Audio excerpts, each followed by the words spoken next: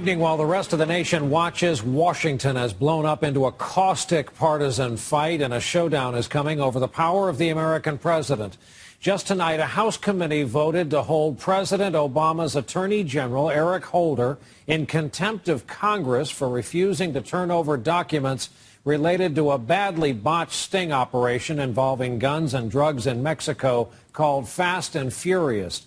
This contempt vote comes after the Obama White House, for the first time, invoked executive privilege. Charges of stonewalling and cover-ups are flying, the kind of stuff we first learned during the Watergate era.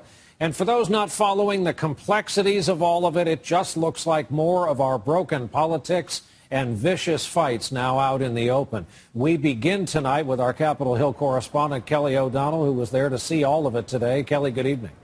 Good evening, Brian. There were emotions and allegations of political motives flying today. House Republicans say they have been waiting for 8 months to get documents from the Attorney General, and only today the White House stepped in. A key committee took an important step towards sending a message to the Department of Justice. But our work is not complete. A rare and serious reprimand. 23 ayes, 17 noes.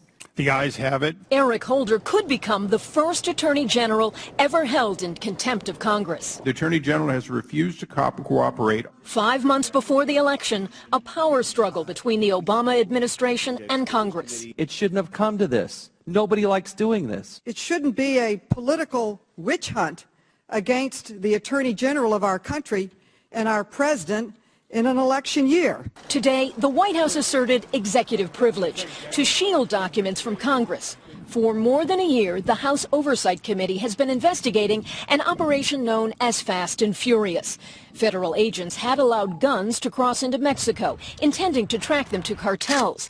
But some of those U.S. weapons were found at the scene where Border Patrol agent Brian Terry was killed in 2010. I don't think Agent Terry's family cares that it's an election year.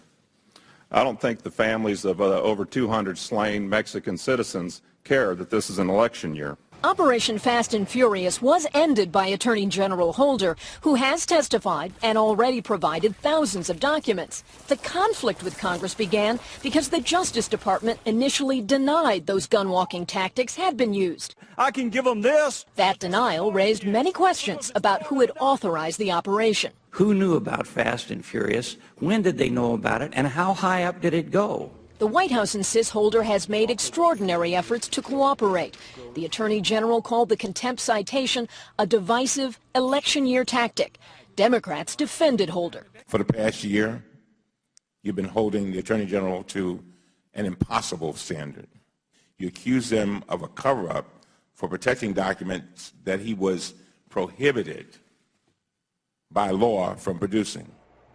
The White House noted today that presidents of both parties have used executive privilege to protect some of their internal conversations. House Republicans say there's still time to avoid this and negotiate a deal, but they still want what they call a narrow list of documents. Brian, if there is no breakthrough, Speaker Boehner says the full House of Representatives will vote next week to hold Attorney General Eric Holder in contempt of Congress. Brian? Kelly O'Donnell starting us off from Capitol Hill tonight. Kelly, thanks.